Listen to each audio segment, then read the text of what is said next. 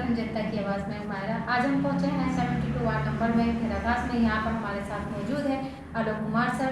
उनसे जानते हैं सवाल। सर नमस्कार। नमस्कार जी। हमारे चैनल पे आपका बहुत बहुत स्वागत। धन्यवाद आपका। Thank you sir.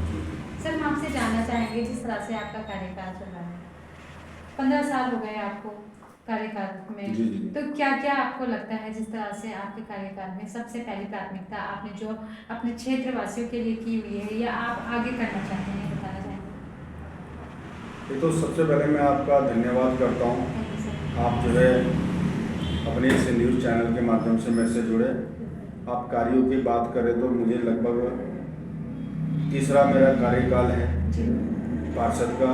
और पार्षद की बात करूँ तो पहले अगर जो मैं 500 वोट से जीता था तो दूसरी बार मैं 800 वोट से जीता हूँ और अब की बार जो है मैं 1272 वोट से जीता हूँ। हाँ, 1272 वोट से जीता हूँ। और जीत की बात करूँ तो मेरे खिलाफ जितने भी प्रत्याशी लड़ रहे थे वो मेरे जीत के बराबर भी जो है टोटल मिला के भी वोट नहीं ले पाए।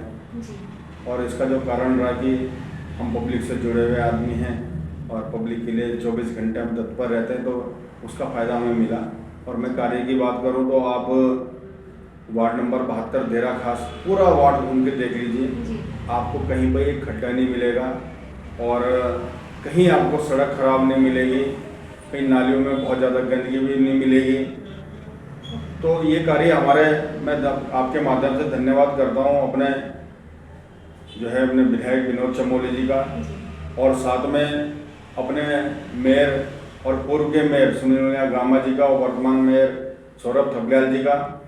आपके द्वारा क्षेत्र में मेरे साथ बढ़ चढ़ कर जो है हिस्सा लिया। और आज आप देरा खास में ही घूम के देखें और इसके अलावा देरा खास के आधा किलोमीटर आप दाएं चल जाएं बाएं चल जाएं, आप जाके देखेंगे कि देरा खास वार्ड क्या है और अन्य वार्ड क्या है। तो सर जिस तरह से जनता का आपको इतना प्यार मिला है तो इसीलिए आपने ये कार्यकाल अपना किया। तो हम आपसे जानना चाहेंगे जिस तरह से आपने देखा योगा देहरादून के अंदर एक बहुत बड़ी आपदा आई और इससे पहले कभी ऐसी आपदा नहीं है कि जिसमें लोगों के घर टूटे, दुकानें गई, कृषि को भी बहुत ज़्यादा नुकसान हुआ है, लोगों के यहाँ तक कि पशुपालन तक भी यहाँ पर नुकसान हुआ है। तो क्या कहना चाहेंगे इस आपदा के बारे में? देखिए, आपदा तो बहुत ही चिंता का विषय है। बहुत नुकसान हुआ, जन की हानि हुई, धन की हानि हुई, और अब जानवरों की बात करें आदमी भी भय।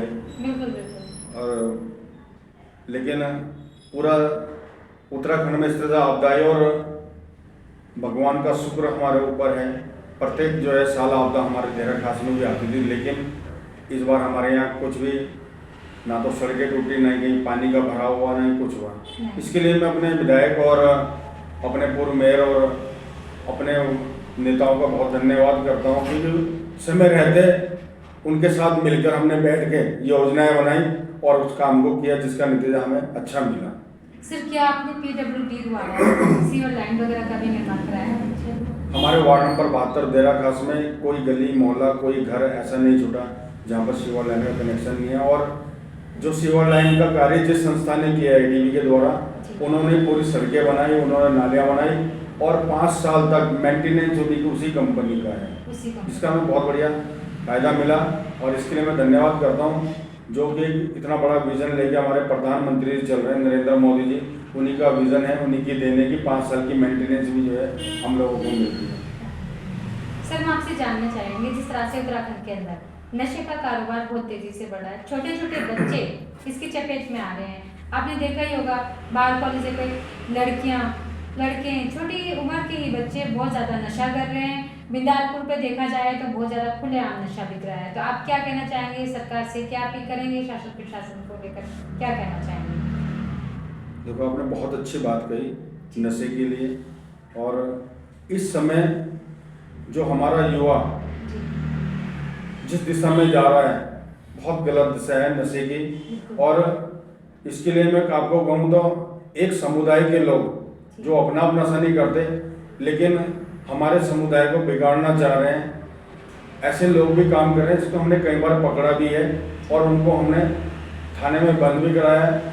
मैं तो शासन प्रशासन से एक अपील करता हूँ आपके माध्यम से और आपका धन्यवाद भी करूँगा कि आपने जो है इतना अच्छा मेरे से क्वेश्चन पूछा कि जिस भी तरह से सपोज करो आपको ही पता चल रहा है कि आपके पड़ोस में कोई नशे का कारोबार कर रहा है, आप सूचना करें और पुलिस तुरंत उस पर कार्रवाई करे, ना कि लापरवाही करे और जैसे कई बार सुनने को मिल जाता है वैसे ही छोड़ दें। लेकिन हमें शासन प्रशासन को पुलिस को भी सख्त होना पड़ेगा, तभी हम जो है नशे से अपना पीछा छुड़ा सकते हैं और अपनी युवा पीढ़ी को बर्बाद होने से बचा सकते हैं। सर, जिस तरह से श्री नरेंद्र मोदी जी ने अभी जीएसटी पर जो लाभ दिया है, आप क्या कहना चाहेंगे, किस तरह से बताना चाहेंगे जिस तरह से जनता आगे इसको? अभी आप देख रहे होंगे त्योहारों का मौसम है और ये हमारा जो दीपावली का त्यौहार होता है इसमें बहुत ज़्यादा खरीदारी होती है और मैं धन्यवाद करूंगा प्रधानमंत्री जी का, आपके द्वारा जीएसटी में बहुत ज़्यादा छूट दी गई है और उससे हमें बहुत फ़ायदा मिलेगा, चाहे गाड़ियाँ खरीदनी हो, चाहे घरेलू सामान खरीदना हो, चाहे इलेक्ट्रॉनिक सामान खरीदना हो, उसमें बहुत ज़्यादा हमें छूट मिल रही है जीएसटी के माध्यम से। भू कानून को लेकर क्या कहना चाहेंगे? भू कानून होना चाहिए, होना चाहिए, बिल्कुल होना चाहिए। जिस तरह से बाहर के लोग आकर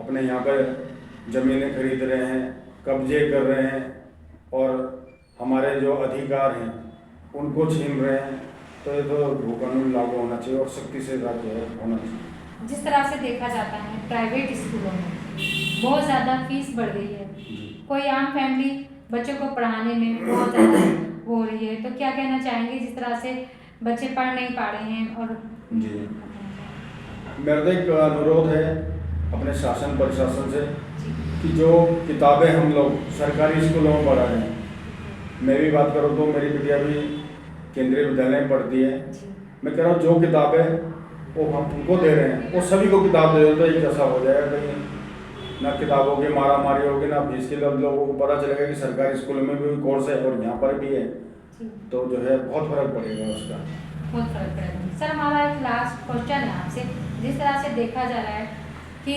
अपराध उत्तराखंड के अंदर बहुत ज़्यादा बढ़ रहे हैं, कहीं ना कहीं क्राइम बढ़ता जा रहा है। अभी आपने देखा होगा कि 21-22 साल की लड़की को मार डाला, ठीक है, अभी आपने देखा ही होगा 2 दिन पहले भी एक लड़की की मृत्यु हुई है। तो क्या कहना चाहेंगे जिस तरह से अपराध बढ़ रहे हैं, छोटे छोटे बच्चे इन चीज़ों में वो हो रहे हैं, तो क्या कहना चाहेंगे? देखो अपराध की बात करो, अभी आपने भू कानून की बात करी, जब बाहर के लोग यहाँ पर आके बसेंगे और क्योंकि उत्तर प्रदेश की मैं बात करूँ तो वहाँ के मुख्यमंत्री ने बोल दिया या तो ढंग से रहो नहीं तो जो है यूपी छोड़ दो, और लोग यहाँ पर आके बस भी रहे हैं और क्योंकि उनकी प्रवृत्ति वैसी है तो जिसका हमें यहाँ खामजाई भुगतना पड़ रहा। जो बाहर के लोग आकर यहाँ पर हुड़दंगबाजी भी कर रहे हैं, सब कुछ इसका खामजा हमें भुगतना पड़ रहा। और सबसे इसमें जो बच्चों की आप बात कर रहे हैं तो उसमें मैं आपको बताऊँ कि हर दिन कोई ना कोई ऐसी घटना देखने को मिल जाती है। आज फलानी जगह से एक बच्ची चली गई, आज फलानी जगह से पता चलता है बच्चे की उम्र कितनी है, 13 साल है, 14 साल है, 15 साल है। तो इसमें मैं एक बात कहूँ आपको, सबसे बड़ा जो हमारा रोल है इस मोबाइल का है।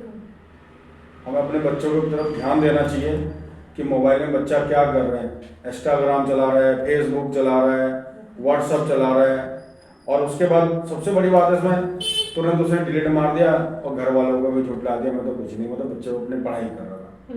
तो इसका सबसे बड़ा दोष जो है मैं इसको मानता हूँ मोबाइल को, और इसमें माता पिता को भी जो है इसकी तरफ ध्यान देना पड़ेगा। और हम लोग जो जनप्रतिनिधि हैं या अन्य सामाजिक कार्य जो कर रहे हैं, हमें भी जो है कि इस तरह से घर घर जाकर एक अवेयरनेस कैंप चलाना पड़ेगा, लोगों को जागरूक करना पड़ेगा कि थोड़ा बच्चों की तरफ भी ध्यान दो, अपना युवा शक्ति की तरफ भी ध्यान दो। और इसका काम हम लोग करते हैं, मैं एक आरएसएस से जुड़ा हूँ, हम लोगों का प्रयास ये रहता है कि हम सुबह उठ के 2, 4, 5 परिवार से ऐसे मिलते हैं, उनको बिल्कुल जागरूक करने का हमारा प्रयास रहता है और हम निरंतर करते भी रहेंगे। सर, जिस तरह से आप एक युवा हैं, तो युवा साथियों के लिए जिस तरह से नवरात्रे चल रहे हैं, 2 अक्टूबर भी आ रही है, दशहरा भी है साथ साथ, और दीपावली भी आपको पता ही है बिल्कुल करीब ही है, ठीक है, तो सारे देशवासियों को, प्रदेशवासियों को, क्षेत्रवासियों को क्या संदेश देना चाहेंगे इस शुभ अवसर पर, किस तरह से शुभकामनाएं देना चाहेंगे? युवा पीढ़ी और सभी क्षेत्रवासियों को मैं सबसे पहले तो जो हमारे दीपावली के त्यौहार हैं सबके मैं बहुत शुभकामनाएं देता हूँ। और युवा पीढ़ी को मैं कहूँगा कि पूरी लगन के साथ अपना काम करें और अपना लगन दिखाएं, अपने काम में रुचि रख के दिखाएं और खूब उन्नति करें, ऐसे मैं कामना करता हूँ। ऐसी कामना करते हैं। दोस्तों, जिस तरह से आपने देखा हमारे साथ आलोक कुमार सर थे और अभी अभी आपने उनके विचार सुने। विचार के साथ साथ जो विकास के कार्य वो अभी 15 सालों से लगातार करते आ रहे हैं, अभी भी कोई ना कोई मुद्दा उठाते रहेंगे और विकास के कार्य अच्छे करते रहेंगे। मैं भी सर का धन्यवाद करूंगी, उन्होंने हमें अपना कीमती वक्त दिया। धन्यवाद सर। धन्यवाद, नमस्कार। अगली न्यूज में कहीं ना कहीं नई शख्सियत के साथ दिखाएंगे नई न्यूज। देखते रहिए उत्तराखंड जनता की आवाज मायरा के साथ। धन्यवाद।